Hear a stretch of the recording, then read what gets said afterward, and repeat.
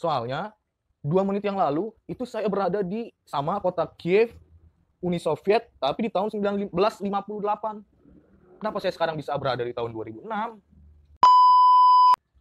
Hello guys, assalamualaikum warahmatullahi wabarakatuh. Welcome back to our channel. Gimana kabar kalian semua guys? Semoga kita semua tetap dilindungi oleh Allah Subhanahu Wa Taala dan selalu diberikan kesehatan oleh Allah. Amin, amin ya rabbal alamin. Oke, di video kali ini gue akan menceritakan satu cerita yang unik, menarik, tapi membingungkan juga sebenarnya.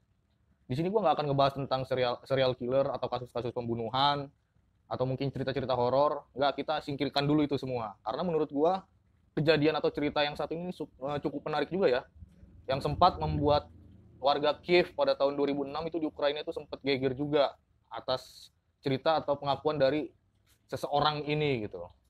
Jadi gimana ceritanya? Langsung aja kita saksikan. Check it out.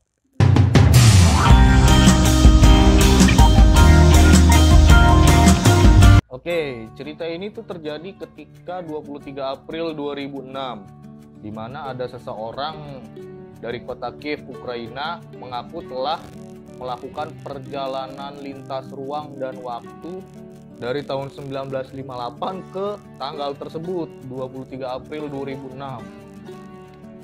Dimulai dari 2 orang polisi yang sedang melakukan patroli rutin di area kota Kiev, Ukraina, sampai kedua polisi tersebut melihat ada seseorang yang seperti kebingungan, butuh pertolongan gitu di pinggiran jalan kota Kiev, sehingga kedua polisi ini memutuskan untuk menghampiri orang tersebut. Setelah dihampiri, ditanya oleh nih sama si polisi ini kan, "Siang Pak, Bapak dari mana? Mau kemana?" Kira-kira begitulah kata polisi ini kan.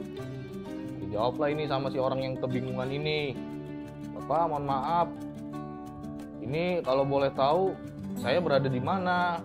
Katanya kan. Dijawab sama si polisi, "Bapak sedang berada di Kiev, Ukraina," kata polisi tersebut. Nah, ditanya lagi sama si pria ini kan, "Ini tanggal berapa Pak?" Katanya kan. "Sekarang tanggal 23 April 2006 Pak." "Emang kenapa Pak?" Kata polisinya kan. Si orang ini langsung kaget, terus dia bilang sama polisinya, Bapak bener kan? Soalnya 2 menit yang lalu itu saya berada di sama kota Kiev, Uni Soviet, tapi di tahun 1958. Kenapa saya sekarang bisa berada di tahun 2006? Polisi pun makin bingung kan dengar jawaban si pria ini kan. Akhirnya dimintalah sama polisi KTP-nya ini, kartu identitasnya ini si pria tersebut.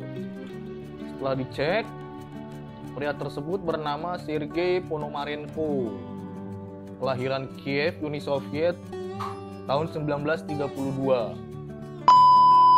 Dan memang polisi sempat bingung juga karena kartu identitas yang diberikan sama si Sergei ini itu menunjukkan bahwasannya negara masih berasal dari negara Uni Soviet. Ketika itu belum ada Ukraina ya, karena kan Ukraina itu kan pecahan dari Uni Soviet. Jadi kartu identitasnya ini tuh masih berbentuk Uni Soviet. Capnya pun masih cap asli dan tanda tangannya pun masih tanda tangan asli gitu. Akhirnya ditanya lah sama polisi, "Sebenarnya Bapak ini dari mana?" gitu kan. Saya dari tahun 1958 tetap, kata si Sergei ini. Akhirnya polisi merasa bingung, merasa aneh juga, dan menganggap si Sergei ini adalah orang yang memiliki kelainan jiwa. Dibawa lah akhirnya si Sergei ini ke salah satu rumah sakit jiwa di kota Kiev tersebut. Dan ketika berada di rumah sakit jiwa, polisi sempat mengundang atau memanggil seorang profesor ya, yang bernama Pavlo Kritikov. Sorry, soalnya agak susah namanya bacanya. Pavlo Kritikov gitu, untuk mewawancara si Sergei ini gitu. Nah, dibawanya lah si Sergei ini menuju ke kantornya si Pablo ini kan. Sesampainya di kantor si Pablo, di ruang kerjanya si Pablo, si Sergei ini mengamati betul setiap detil atau setiap sudut ruangan kerja si profesor ini kan, si Profesor Pablo ini.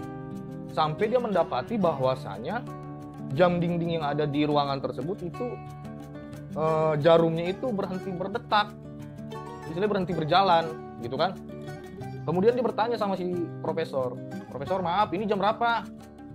Ketika ditanya itu, nah seperti itu, profesor pun mengecek jam tangan yang ada, jam tangannya gitu kan. Dan di situ dia pun baru sadar kalau jarumnya juga berhenti juga gitu. Jarum jam tangannya si profesor ini pun berhenti juga. Setelah dicocokkan antara jam dinding dan jam tangannya si profesor, ternyata memang sama-sama berhenti di pukul 12:32 siang hari pada waktu itu. Profesor makin bingung kan, ini sebenarnya kenapa ini gitu kan. Akhirnya dia bertanya lah, mulai wawancara sama si Sergei ini. Sebenarnya Anda ini dari mana?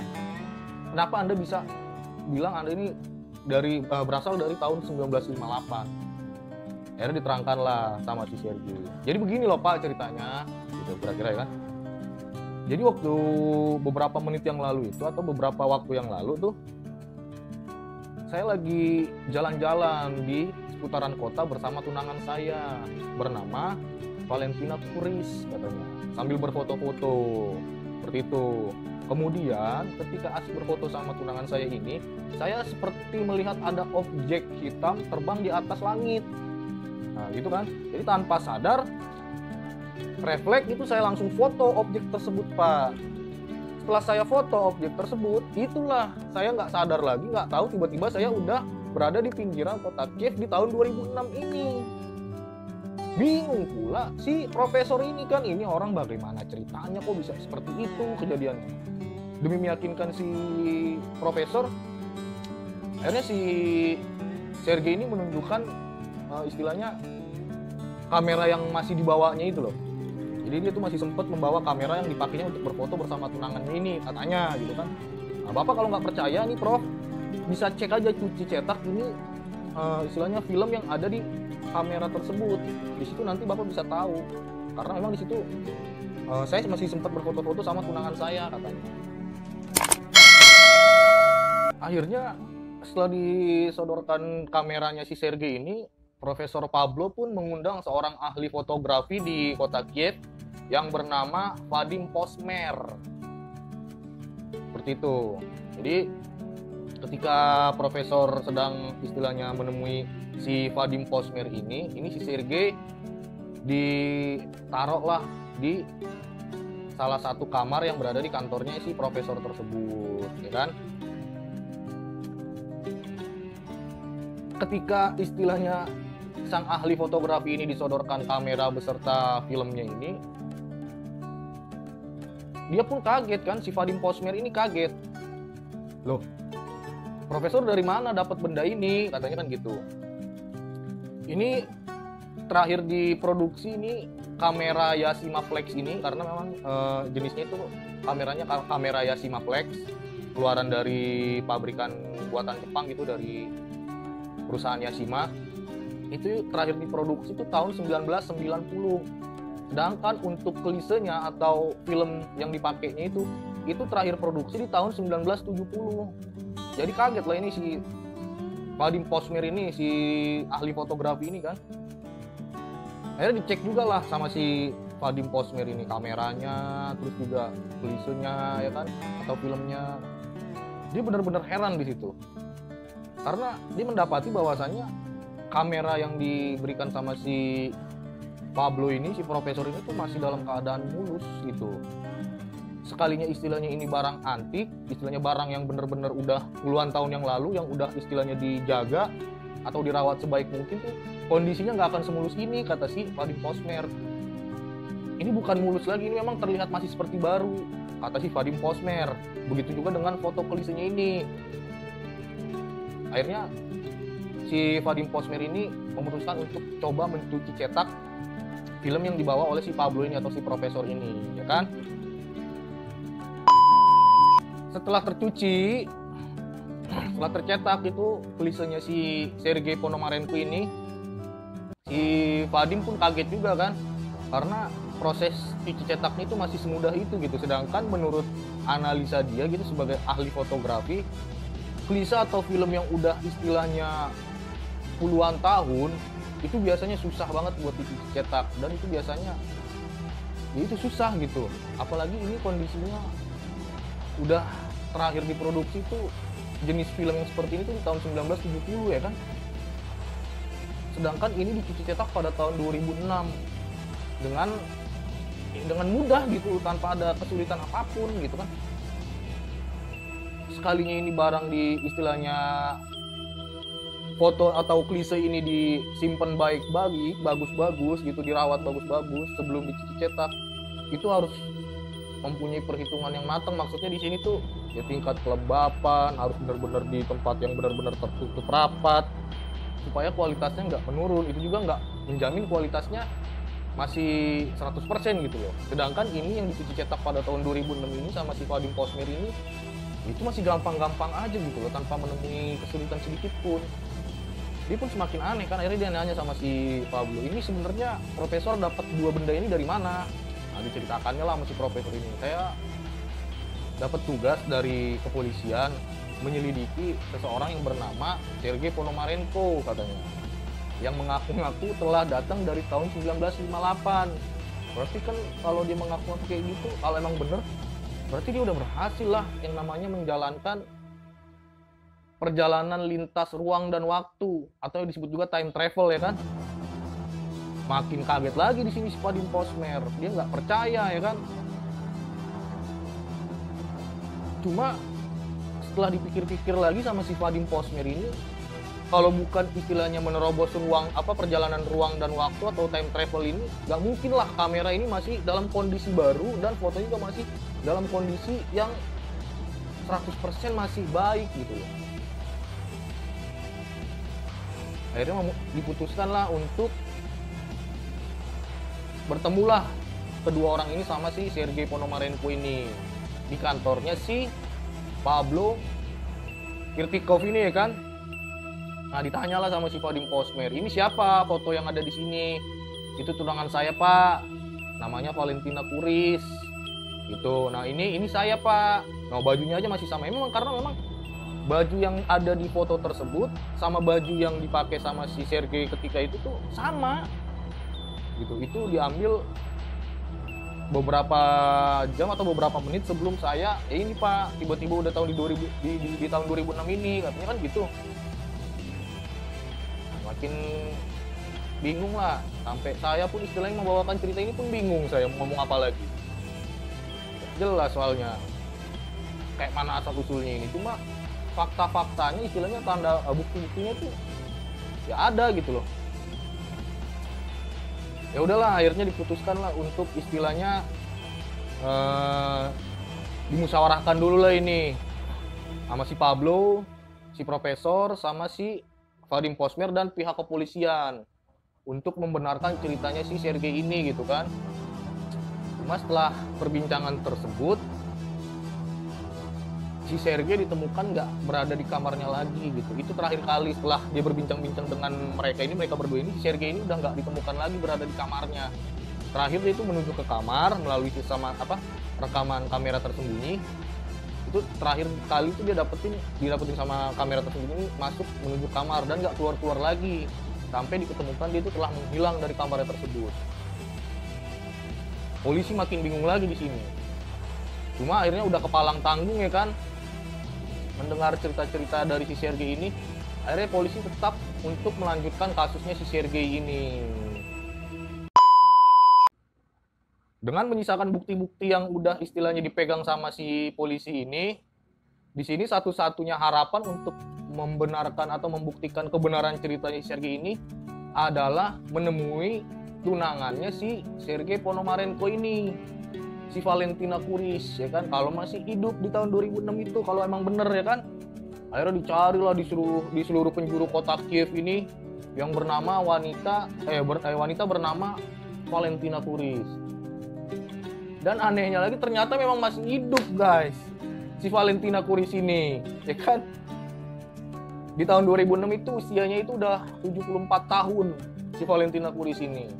Ditanya lah sama polisi ini, "Bu, Nek, ini nenek kenal sama yang namanya Sergei Ponomarenko nggak?" Gitu kan. Cuma belum ditunjukkan nih foto-foto yang dibawa sama si polisi ini. Dia kenal, kenapa emang dia tunangan saya menghilang di tahun 1958 gitu kan.